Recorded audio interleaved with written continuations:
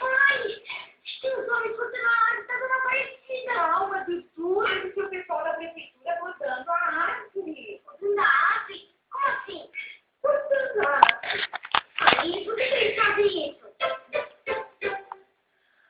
Oi, você sabe me dizer por que as árvores devem ser podadas? Elas devem ser podadas quando alcançam alguma interferência, algum caso de fiações ou alguma edificação que podem atrapalhar o seu crescimento. Aqui fica mais bonito, ela vai mais presente, né? Vai crescer e ficar mais bonita. Em primeiro lugar, aumenta a produção, tá? Em segundo, pode manter o equilíbrio da árvore. E para a saúde da árvore também, então por isso a poda é importante. Fica mais florida. Mas será que a poda traz mesmo todos esses benefícios? E se traz, como será que isso acontece? Na teleaula de hoje, você vai ver como os hormônios vegetais agem no crescimento das plantas. E vai conhecer também várias técnicas de uso de hormônios nas produções agrícolas.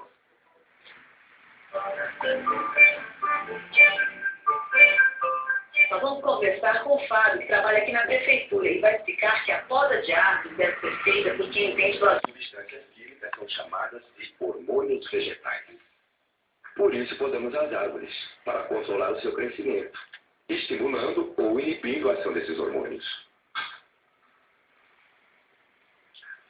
Em outras teleaulas, você já viu vários tipos de hormônios presentes no ser humano. Agora, você vai conhecer os hormônios vegetais no seu modo de ação. Mas como os hormônios humanos, eles também têm como uma das suas principais funções regular o funcionamento do organismo. Outra coisa que você também já viu é que os hormônios dos seres humanos podem ter várias ações. Isso acontece também com os hormônios vegetais, que em alguns casos podem, por exemplo, fazer crescer o caule e inibir o crescimento da raiz. Como que o técnico da prefeitura me explicou, é preciso podar as árvores para que novos galhos cresçam. É o que eu imaginei. Ai, o que a dona Aparecida falou. Peraí, Dudu, deixa eu falar. E o técnico explicou por que precisa podar para que os galhos cresçam. Ele falou qualquer coisa sobre um hormônio chamado auxina. A auxina, como você já sabe, é um hormônio vegetal que é produzido principalmente no ápice do caule e tem como uma das suas principais funções alongar as células das plantas. Portanto, esse hormônio estimula o crescimento vertical das plantas, já que age principalmente nas regiões próximas ao ápice, onde é produzido. E conforme ele vai sendo transportado do caule em direção à raiz, vai sendo consumido pelos tecidos por onde passa, ou seja, vai agindo por toda a planta. Para entender melhor a ação da auxina na formação dos galhos, vamos observar o desenvolvimento de duas plantas da mesma espécie, sendo que uma delas não qualquer alteração e a outra teve o ápice do caule retirado. Passado algum tempo, como você pode ver, a planta que está intacta, com o ápice produzindo auxina, continua crescendo verticalmente e formando novas folhas. E a outra, que teve o ápice retirado, não cresce mais em altura. Suas folhas começam a cair e no lugar delas crescem novos galhos. De onde se conclui que a auxina inibe a formação de galhos. E é por isso que só quando o ápice é retirado que os galhos crescem. Mas por que ao retirar o ápice das plantas, os galhos começam a crescer? É que conforme a planta vai crescendo verticalmente, o ápice vai ficando cada vez mais afastado da base do caule. Como consequência, a base vai receber cada vez menos auxina, já que vai estar mais distante do local onde esse hormônio é produzido. E aí, com a diminuição da auxina, os galhos na base começarão a crescer. Certo, mas se além de a gente podar o ápice, a gente também podar a extremidade dos galhos, o que acontece? Essa pergunta é interessante, porque a auxina é produzida não só no ápice, mas também nas extremidades dos galhos. Isso significa que se cortarmos o ápice e as pontas dos galhos, novos galhos irão crescer. A copa vai ficar mais cheia, deixando a árvore mais frondosa.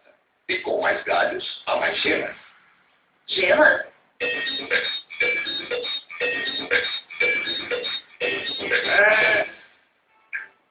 Sabia que as gemas são os locais onde surgem os botões das flores? Elas se localizam debaixo das folhas e podem dar origem a galhos ou flores, dependendo do estímulo do ambiente ou dos hormônios. Se a planta produz mais folhas, consequentemente, produzirá mais gemas, podendo assim formar mais flores. Pelo que a planta precisa de espigas, eles podam as árvores para que cresçam mais galhos. E pra que mais galhos? Para que a árvore fique mais frondosa. E o que é isso? Acontece que se a árvore tiver mais galhos, ela vai ter mais folhas e mais gemas. Gema? Dudu, gema. Gema é como se fosse um broto. É o lugar onde nascem as flores ou os galhos. E pra que mais flores? Ai, Dudu, para que a árvore produza mais frutos? Ai, mas por que ela tá assim? Ó, eu só quero saber por que mais flores? Sabe, eu vou te explicar. Você imagina um homem que planta laranja. Se a laranjeira tiver mais flores, ela vai produzir mais frutos. Então, ele poda as árvores para que nasçam mais gemas e dê mais flores. Mãe, a senhora falou, e não me disse como a árvore é podada. Mas, afinal de contas, o que significa podar uma árvore? O que chamamos de poda é o corte das extremidades dos galhos. Certo, e uma coisa muito comum é as pessoas podarem o galho todo, dizendo que com isso os galhos novos vão crescer mais fortes. Está certo ou está errado? Na verdade, basta só cortar as extremidades do galho, que é onde a auxina é produzida. Como outros tipos de hormônios, a auxina também tem diferentes ações. Além de agir no crescimento das plantas, ela tem uma outra ação que você já conhece. Como você já viu, a auxina é carregada no grão de pólen. E quando ele cai no estigma da planta, a auxina é liberada, estimulando a transformação do ovário da flor em fruto. Outra ação desse hormônio é o favorecimento do aparecimento de raízes. Por isso, muitos agricultores que usam estacas para formar novas plantas mergulham a estaca numa solução de auxina antes de plantar. Com isso, a estaca mergulhada em auxina vai formar raízes mais rapidamente, facilitando a sua fixação no solo e uma maior absorção dos sais minerais. Agora, vamos observar um outro fenômeno causado pela auxina.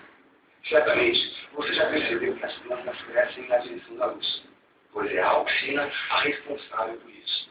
Como você também deve saber, certos remédios, cosméticos e até a cerveja estragam se deixados na luz. É que esses produtos têm substâncias que são modificadas na luz. Com a auxina acontece a mesma coisa.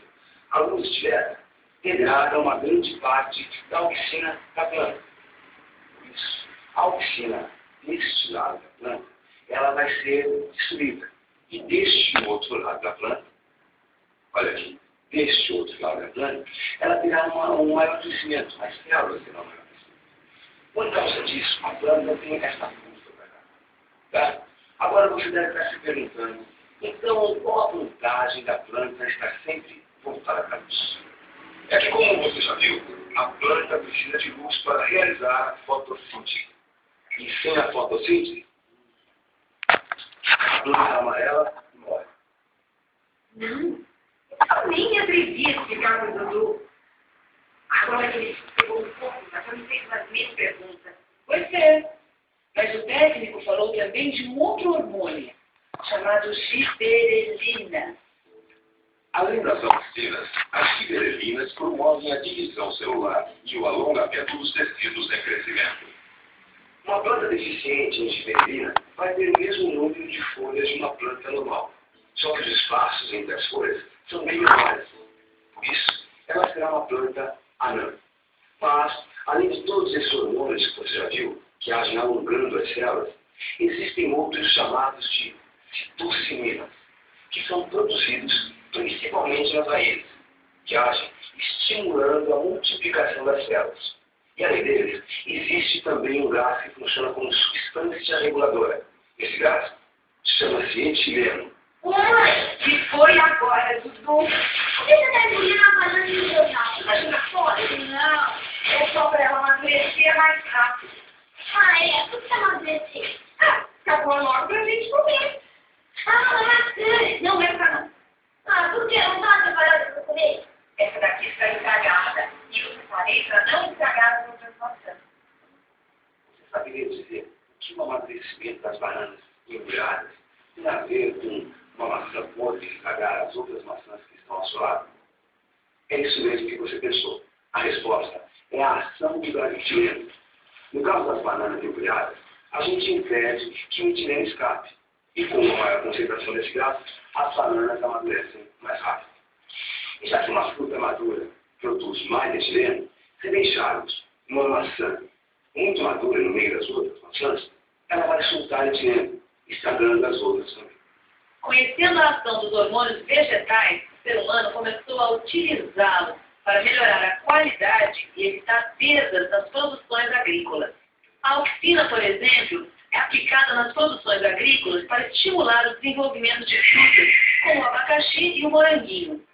Um outro tipo de auxina sintetizada pelo homem pode ser usado como pesticida. Em altas concentrações, essa auxina é tóxica para certas plantas consideradas pragas. O etileno é utilizado em frutos que normalmente amadureceriam em períodos diferentes, como por exemplo as bananas. Já a giberilina é bastante usada nas plantações de uva. Esse hormônio alonga os caminhos de cada uva no cacho, deixando as uvas mais separadas, o que evita um acúmulo de umidade e, portanto, dificulta a proliferação de fungos que poderiam estragar as uvas. Depois de ver tanta coisa sobre os hormônios vegetais, a melhor coisa a fazer é revisar a teleaula de hoje. Atenção, se liga aí que é hora da revisão. Na teleaula de hoje, você viu como os hormônios vegetais agem no crescimento das plantas. E viu vários desses hormônios, a auxina e as giberelinas, que agem no alongamento das células, as citocininas, que agem multiplicando as células, e ainda o gás etileno, que funciona como uma substância reguladora. Viu também o porquê de podar uma árvore e conheceu várias utilizações de hormônios na produção agrícola.